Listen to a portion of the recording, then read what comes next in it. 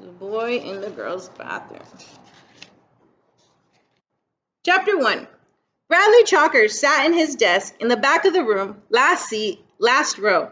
Nobody sat in the desk in front of him, or in the one behind him. He was on an island. If he could have, he would have sat in the closet. Then he could shut the door so he wouldn't have to listen to Mrs. Ebel. He didn't think she'd mind. She'd probably like it better that way too.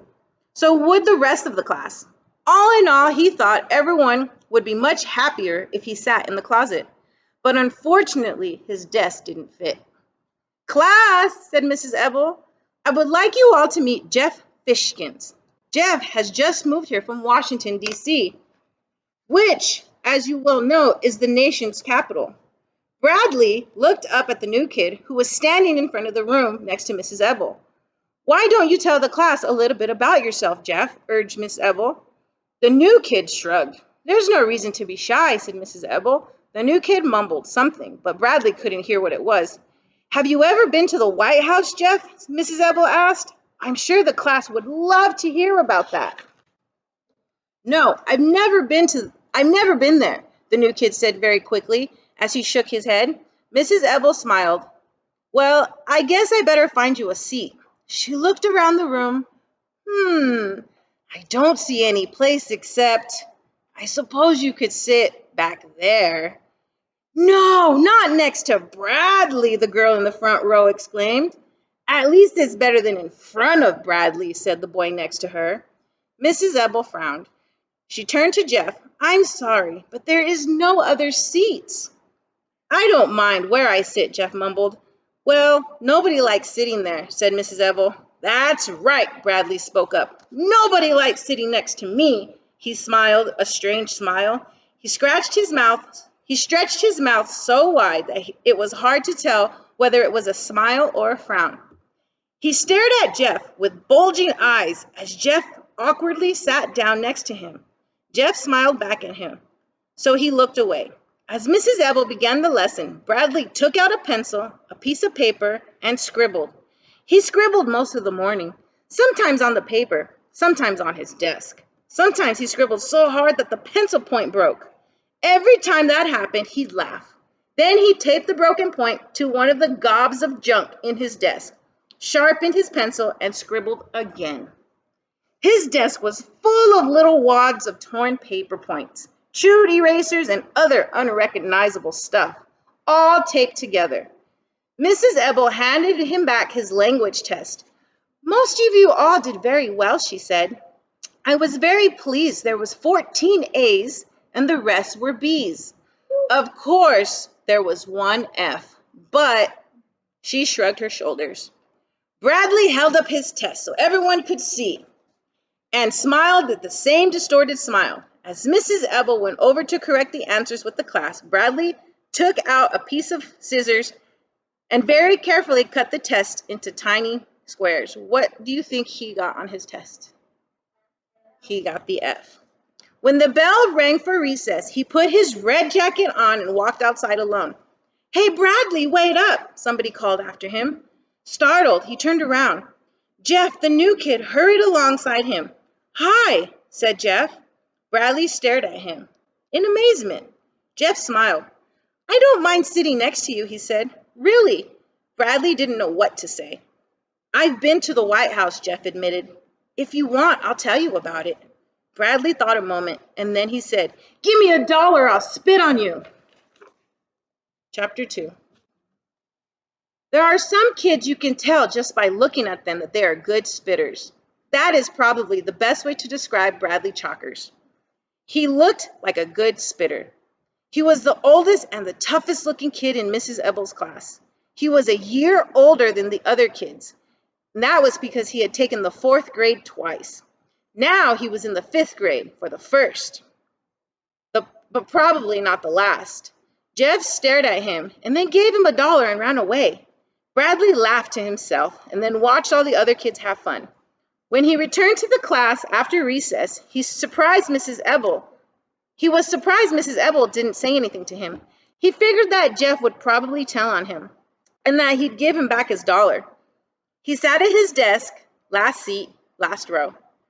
He was afraid to tell on me, he decided. He knows if he tells on me, I'll punch him in the face, he laughed to himself. He ate lunch alone, too. As he walked in from lunch, Mrs. Ebel called him to her desk. Who, me? He asked. He glared at Jeff, who was already sitting down. I didn't do anything.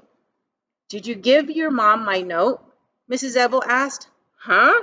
What note? You never gave me a note, Mrs. Ebel sighed. Yes, I did, Bradley. In fact, I gave you 2 notes because you said the first one was stolen. Oh, that's right, he said. I gave it to her a long time ago. Mr. Ebel eyed him suspiciously. Do you think she believed him? No. Suspiciously. Bradley, I think it's very important for your mother to come tomorrow. Tomorrow was parent conference day. She can't come, Bradley said. She's sick. You never gave her the note, did you? Call the doctor if you don't believe me. The school has just hired a new counselor, said Mrs. Ebel, and I think it's very important for your mother to meet her. Oh, they already met, said Bradley. They go bowling together. I'm trying to help you, Bradley. Call the bowling alley if you don't believe me. Okay, Bradley, said Mrs. Ebel. She let the matter drop. Bradley returned to his seat, glad that was over. He glanced at Jeff, surprised Jeff hadn't told on him. Why was he going to tell on him?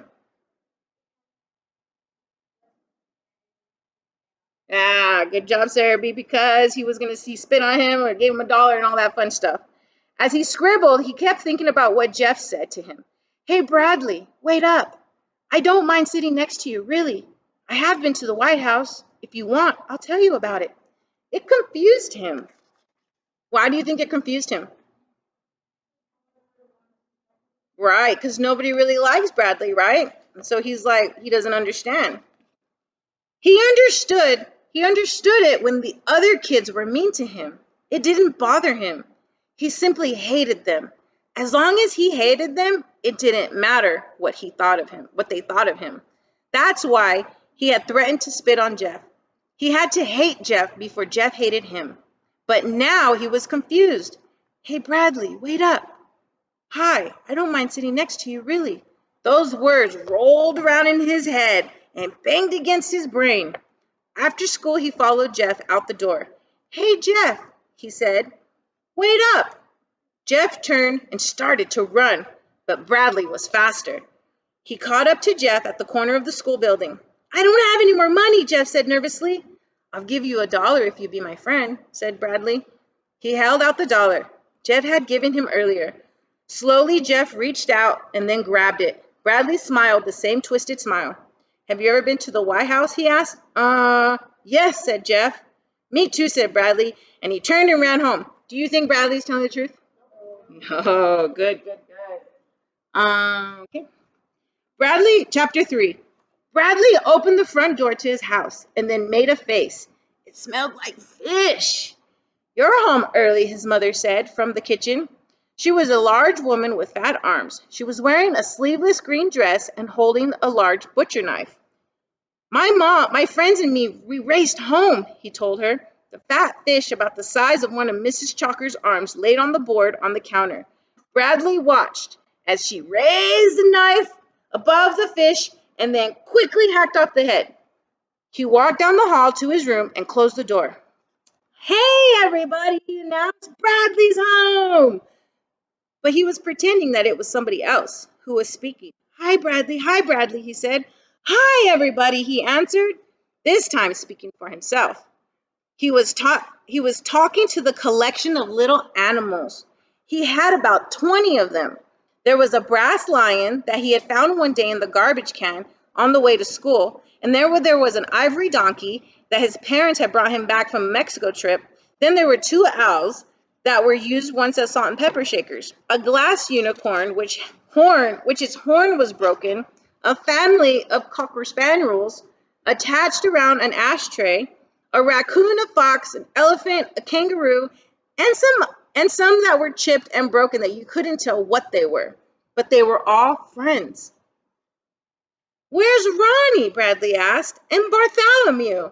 I don't know, said the fox. They're always going off together, said the kangaroo. Bradley leaned across the bed and reached under his pillow. He pulled out Ronnie the rabbit and Bartholomew the bear. He knew they were under his pillow because he put them there before he went to school. "What were you two doing back there?" he demanded. Ronnie giggled. She was a little red rabbit with tiny blue eyes glued to her face. One ear was broken. "Nothing, Bradley," she said. "I was just taking a walk." I had to go to the bathroom," said Bartholomew. He was a brown and white ceramic bear. He stood on his hind legs. His mouth was open, revealing a beautiful made teeth and red tongue. They were making out," announced the Mexican donkey. "I saw them kissing," said Ronnie. "Oh, Ronnie," scolded Bradley. "What am I going to do with you?" She giggled again. Bradley reached into his pocket and took out a handful of cut up bits of paper, his language test. "Look, everybody," he said. "I brought you some food." He dropped the pieces of paper on his bed. He scooped up all the animals onto it. "Not so fast," he said. "There's plenty for everybody." "Thank you, Bradley," said Ronnie. "It's delicious." "Yes, it's really good," said Bartholomew. "Don't play with your food," the mother cocker spaniel told the three children. "Pass the salt," said the pepper owl. "Pass the pepper," said the salt owl. "Let's hear it for Bradley," called the lion. They all cheered. "Yay, Bradley!" Ronnie finished eating and then hopped off by herself, singing doo-dee-doo-dee-doo-dee-doo-dee-doo. Then she said, "I think I'm going to go swimming." The pond was a purple stain on Bradley's bedspread, where he had once spilled grape juice. Ronnie jumped into the water. Suddenly she cried, "Help! I have a cramp!" "You shouldn't have gone swimming right after you were eating," Bradley reminded her. "Help! I'm drowning!" Bartholomew looked up. "That sounds like Ronnie," he said. "That sounds like she's drowning in the pond." He hurried to the pond to rescue her. "Hold on, Ronnie," he shouted. The door to Bradley's room opened. His sister, Claudia, barged in. She was 4 years older than him. "Get out of here," he snapped at her, "or I'll punch you in the face." "What are you doing?" she teased. "Are you talking to your little animal friend?" She laughed, showing her braces. It was Claudia who had broken Ronnie's ear. She stepped on it accidentally. She told Bradley it was his fault for leaving his animals strewn all over the floor. He didn't tell her that Ronnie wasn't on the floor, but lost in the desert instead. He had said, "Who cares? It's just a stupid red rabbit." "Mom wants you," said Claudia. "She told me to come and get you." "What does she want?" "She wants to talk to you. Tell your animals you'll be right back." "I wasn't talking to them," Bradley insisted. "What were you doing then?" "I was rearranging them and putting them in alphabetical order. It's a project for school. Call my teacher if you don't believe me." Claudia snickered. Although she always made fun of Bradley's animals, she had really felt bad when she stepped on the rabbit. She knew it was Bradley's favorite. She had bought him a bear to make up for it. What do I want to do? What do I want a bear for?" he said when she gave it to him. Bradley went into the kitchen. The fish, now cut up and covered with onions, was frying on top of the stove. "You want me?" he asked. "How's everything at school?" asked his mother. "Great. In fact, today I was elected class president." "Your grades are all right?" "Yes, Mrs. Ebel handed back the language test today, and I got an A. In fact, I got an A plus." "May I see it?" Mrs. Ebel hung it on the wall, next to all the other tests. "Mrs. Ebel just called me," said his mother. His heart fluttered. Why didn't you tell me that tomorrow was parent conference day?" asked his mother. "Didn't I tell you?" he asked innocently. "No, I don't think so." "I told you," he said. "You said you couldn't go. You must have forgotten." "Mrs. Ebel seems to think that it's important for me to be there," said his mother. "That's just her job," said Bradley. "The more mothers you see, the more money they get." "Well, I made an appointment for us at 11 o'clock tomorrow morning." Bradley stared at her in disbelief. "No, you can't go," he shouted, stomping his feet. "It's not fair." "Bradley, what?" "It's not fair, it's not fair," as he ran to his bedroom and slammed the door behind him. A moment later, his mother knocked on the door. "What is it?" she asked. "What's not fair?" "It's not fair," he yelled. "You promised." "What did I promise, Bradley? What did I promise?" He didn't answer. He couldn't until he thought up of why it wasn't fair and what she had promised him. He stayed in his room until Claudia told him he had to come down for dinner. He followed her out the dining room where the mother and the fathers were already, where mom and dad were already sitting down. Oh, you guys are already done. What time? Fourth grade, 1:45. Oh, you guys are done in a couple minutes. He didn't answer. He couldn't tell that I read that part already. He followed her out of the dining room where mother and father were already sitting down. Did you wash your hands? Asked their father. Yes, Bradley and Claudia lied. Bradley's father worked in the police department. He had been shot in the leg 4 years ago while chasing a robber. Now he needed a cane to walk, so he worked behind a desk. He didn't like that kind of work and often came home grumpy and short-tempered. The police never caught the man who had shot him. I hate fish, Bradley said as he sat down. So do I, said Claudia. It sticks to my braces and I taste it for a week. Brussels sprouts make me throw up, said Bradley. They smell like old garbage, said Claudia. That's enough, said their father. You both will eat what's on your plate. Bradley held his nose with one hand, and he picked up the Brussels sprouts with the other and put the whole thing in his mouth. What's all this nonsense about your mother breaking a promise? We're going to stop it right there, okay? I know, right? Tomorrow's class gets that.